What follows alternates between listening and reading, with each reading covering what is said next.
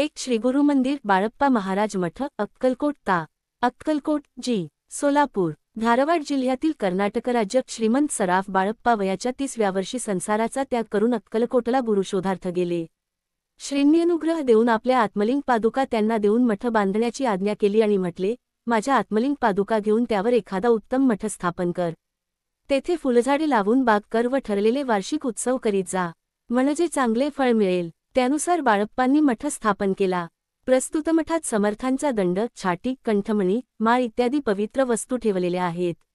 बाळप्पांनी श्रीसमाधीस्थ झाल्यानंतर भारतभर संचार करून शेवटी अक्कलकोटला स्वामी मठ स्थापन करून श्रींचा कीर्तिध्वज फडकविण्याचा मान मिळविला. त्यांच्यानंतर त्यांचे शिष्य गंगाधर महाराज व गजानन महाराज यांनी ती धुरा वाहून नेली. या मठात गुरुपौर्णिमा, दत्तजयंती, स्वामी जयंती वगैरे उत्सव मोठ्या उत्साहाने पार पाडले जातात. 2 वटवृक्ष संस्थान मठ अक्कलकोट. श्रींनी अक्कलकोटच्या 22 वर्षांच्या वास्तव्यात बराच काळ जेथे घालवला त्या वटवृक्षाखालीच श्रींचे शिष्य ज्योतिबा पांडे यांनी स्वतःचे घरदार, जमीन विकून मंदिर बांधले. श्रीसमाधीस्थ होण्यापूर्वी ज्योतिबाने श्रींना विचारले, माझे कसे होईल? श्री म्हणाले, तुम्ही वडाच्या पारंब्या धरून बसा.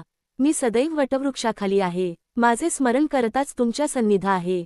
श्रींच्या हयातीत ज्योतिबाने 15 वर्षे समाधीनंतर 41 वर्षे अनन्यभावे सेवा केली. आज मंदिराच्या समोर सभागृहात श्रींची मूर्ती असून त्यांचे शिष्य ज्योतिबा यांची उभी मूर्ती आहे. अशी ही गुरुशिष्यांची जोडी आहे. आता या मठाची व्यवस्था श्री स्वामी समर्थ वटवृक्ष संस्थानामार्फत केली जाते. येणाऱ्या भाविकांस पूजा, नैवेद्य, अभिषेक तसेच राहण्याची, भोजनाची व्यवस्था खोल्या देऊन या संस्थानामार्फत केली जाते. श्री नेहमी म्हणत, आमचे नाव नृसिंहभान, दत्तनगर मूळ, त्यातील सर्व गोष्टी येथे परिपूर्ण आहेत. या मठात श्रींच्या जागृत पादुका असून मठात गुरुपौर्णिमा, दत्तजयंती, स्वामी पुण्यतिथी वगैरे उत्सव संपन्न होतात. 3 श्रीस्वामी समाधी मठ, बुधवार पेठ, अक्कलकोट. पूर्वजन्मसुकृतामुळे श्रींनी ज्याच्या घरी बरीच वर्षे वास्तव्य केले त्या भक्त चोळप्पाच्या इच्छेप्रमाणे श्रीची समाधी या मठात आहे. चोळप्पाच्या घराजवळ समाधी मंदिर असून त्यात श्रींनी दिलेल्या पादुका आहेत. अक्कलकोट संस्थानचे प्रशासक विंचुरकर श्वेतकुष्ठ झाल्यावर दर्शनास आले असता त्यांनी श्रींना हिऱ्याची अंगठी अर्पण केली. ती विकून चोळप्पाने या पैशातून मठ बांधला. 4 जोशीबुवांचा स्वामी मठ अक्कलकोट. अक्कलकोटचे प्रशासक चिंतोपंत टोळ रोज नियमाने श्रींच्या चरणी सेहेस तुलसीपत्र वाहत असत. या नियमात खंड पडू नये हे अंतर्जनाने श्रींनी जाणून या पाटावर आपली पावले उमटविली.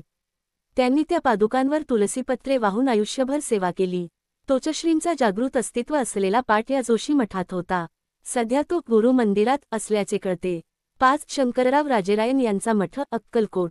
हैदराबाद संस्थानातील गजांतलक्ष्मीचे जहागीरदार शंकरराव राजे रायन यांचा क्षय व ब्रह्मसंबंध बाधा श्रींनी बरी केल्यावर त्यांनी श्रींच्या आज्ञेनुसार 30,000 रुपये खर्चून हा श्रींच्या पादुकांचा हा मठ स्थापन केला.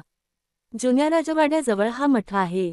स्वामींच्या वास्तव्याने परमपावन झालेली अक्कलकोटातील आणखीन काही प्रासादिक स्थळे. 6 महाराजांच्या चर्मपादुका. समाधी मठच्या शेजारीच शिष्य चोळप्पा यांच्या घरात आजही महाराजांच्या चर्मपादुका आहेत. सुमारे 1 फूट लांबीचे पाऊल आहे. 7 हाक्याचा मारुती. स्वामींनी सतशिष्य बाळप्पा यांना नामजप करण्यास सांगितले ते हे मंदिर. तळघरात आजही जाता येते. 8 जंगमांचे शिव मंदिर. स्वामींनी शिवलिंगावर शेणी रचून अग्नी पेटविला. जंगम चिडले व स्वामींना मारण्यास आले. 3 दिवस अग्नी पेटत होता. 3 दिवसानंतर शिवलिंगाला काहीही हानी न होता ते अधिक तेजस्वी झाले. 9 मुरलीधर मंदिर. मुंबईहून स्वामी दर्शनास आलेले स्वामीसूत या मंदिरात स्वामींची वाट पाहत बसले होते. स्वामींच्या दर्शनास गेलेल्या एका श्रीमंत भक्तास स्वामी म्हणाले, माझ्या समोर दिवे पेटवण्याऐवजी माझा सूत काळोखात बसला आहे, तेथे रोषणाई कर. गिरगावातील कांदेवाडी येथील मठ स्थापन करणारे तेच हे स्वामीसूत. पुढील भागात